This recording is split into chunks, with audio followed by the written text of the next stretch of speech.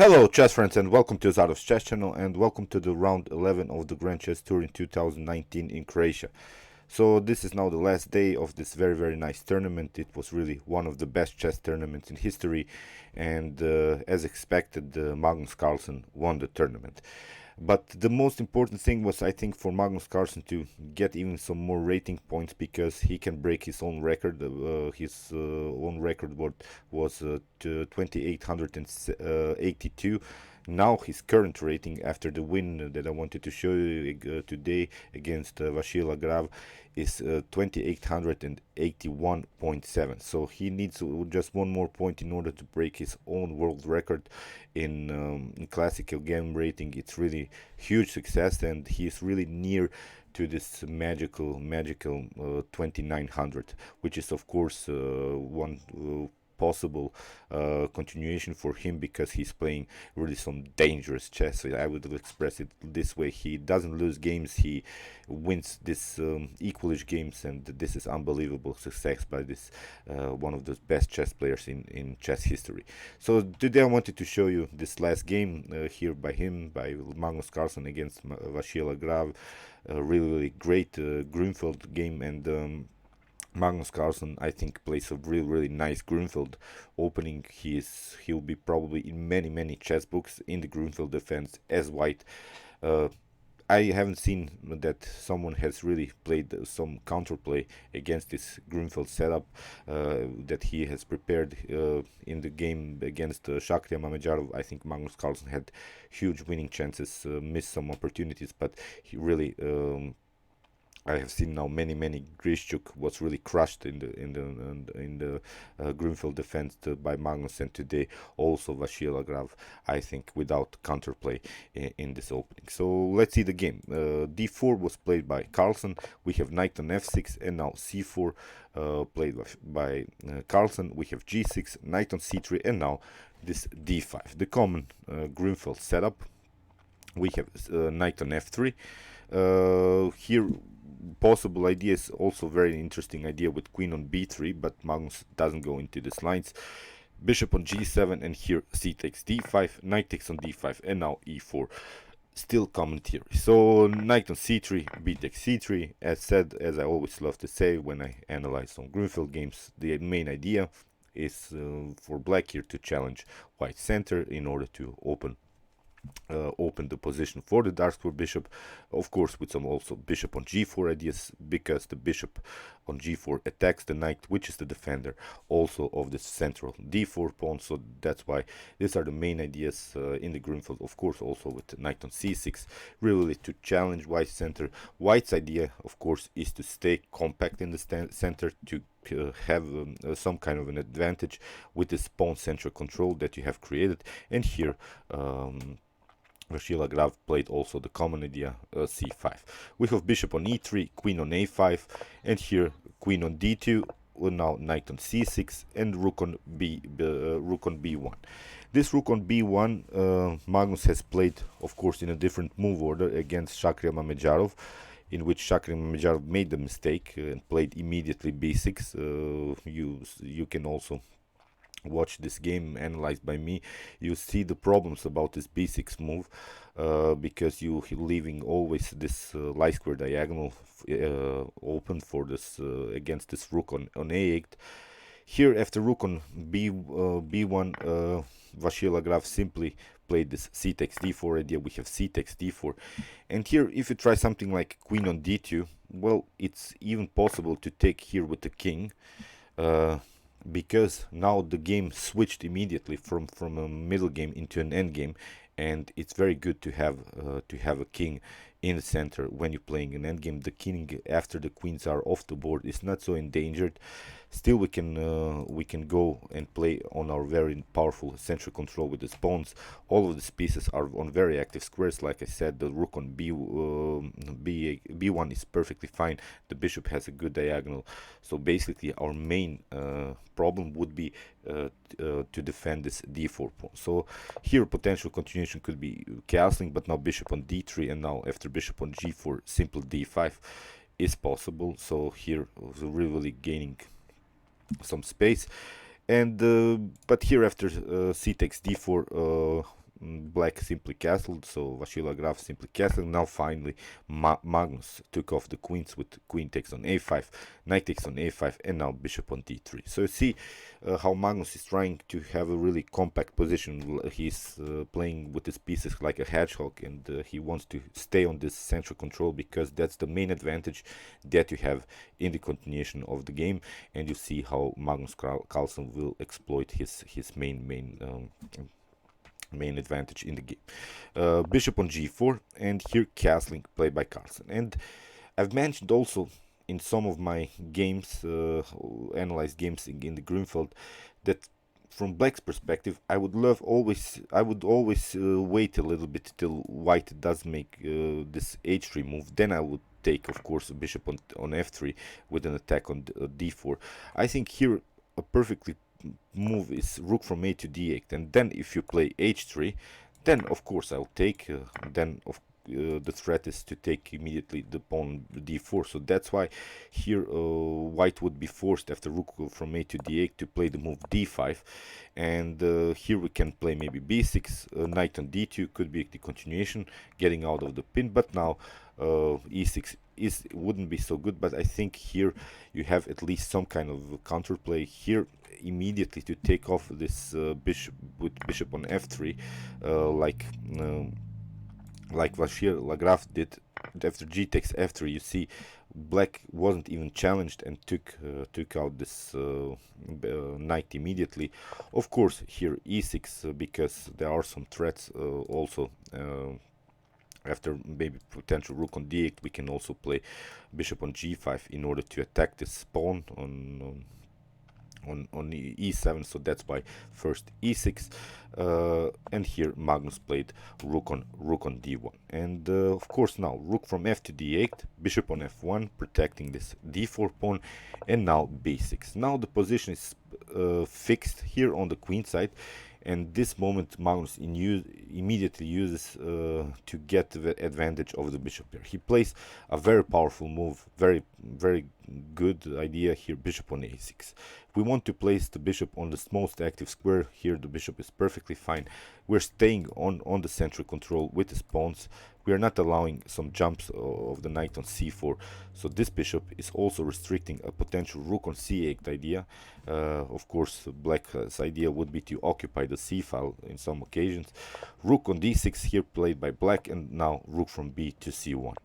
We have rook from a to d8, and now bishop on g5. You see now, because of this b6 move, now the light square bishop comes really great into the game, because here f6 has to be played. If you move the rook here on a light square, then you can get again attacked by this bishop on b5. So that's why bishop on f6, here bishop on e3, and still you need somehow to open the position for this dark square bishop in order to exploit the main weakness that Magnus here. You see this d4 pawn for Magnus Carlsen is his main advantage, but it's also the main weakness. And here h6 played by Vacier Lagrave, and now bishop on b5. Very nice move. You see why? Because we'll need these two bishops in order to attack these rooks, at least get one of them out of this d file, because they're really nice placed, and they're attacking this d4 pawn.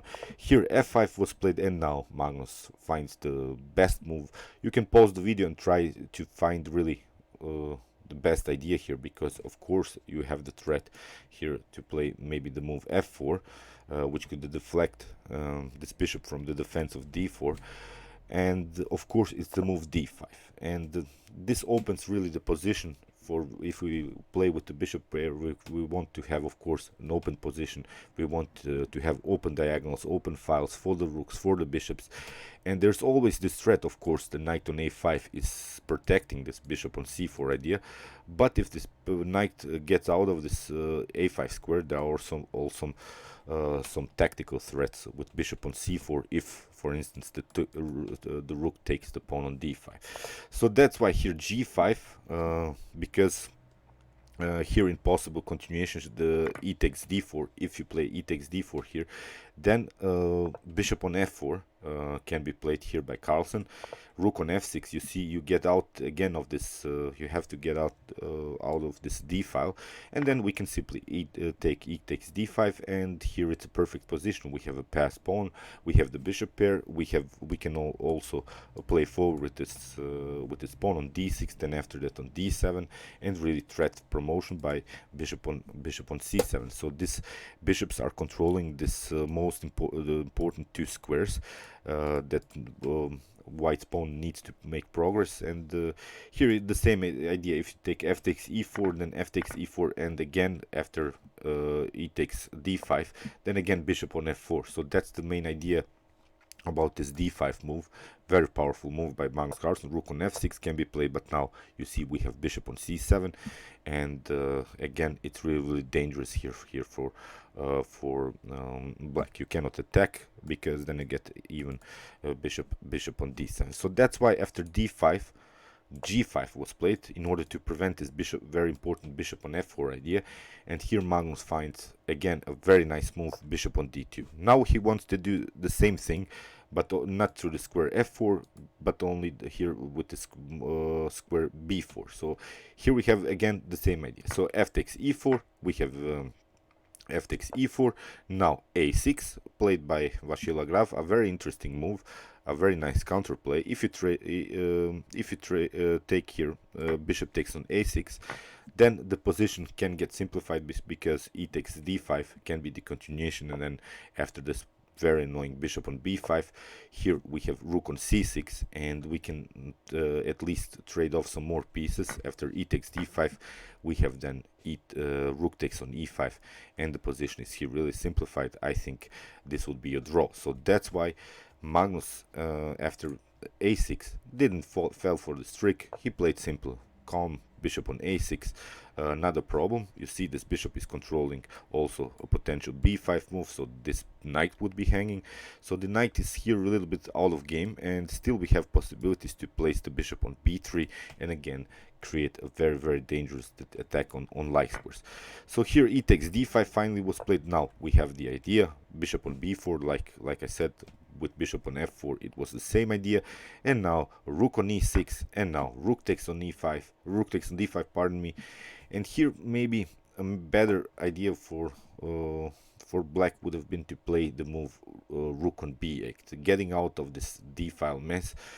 Here Vacier Lagrave took the rook on d5, and now we have the same position like I've explained. What black is fearing here is that we can create a pass pawn which is supported by these two bishops, and now the game becomes very easily for Magnus. Of course, e takes d5 with an attack, with a tempo on the rook. We have rook on e4, and now Magnus rook on c8, this very powerful in-between check.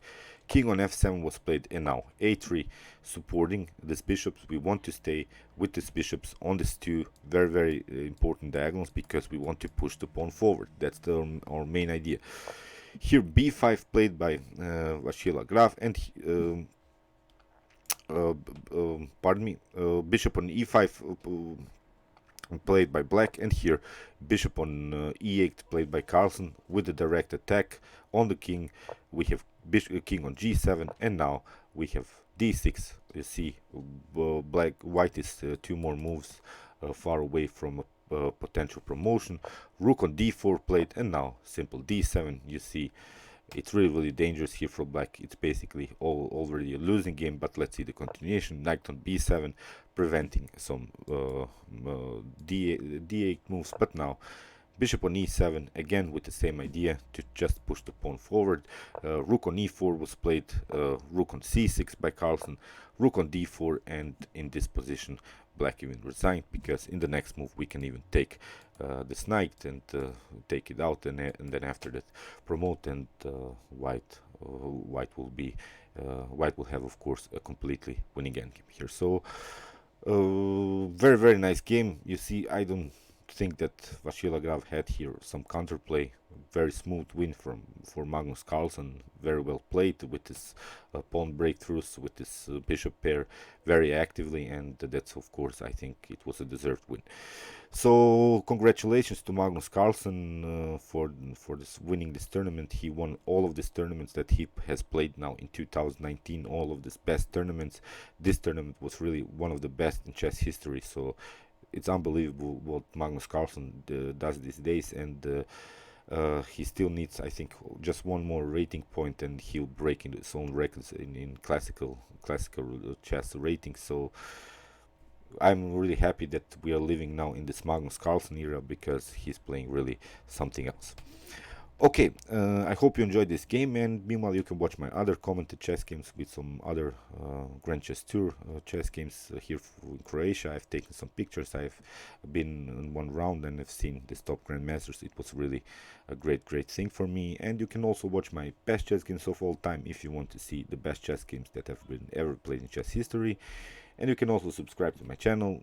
Thanks you for watching, guys, and chess is the best, of course.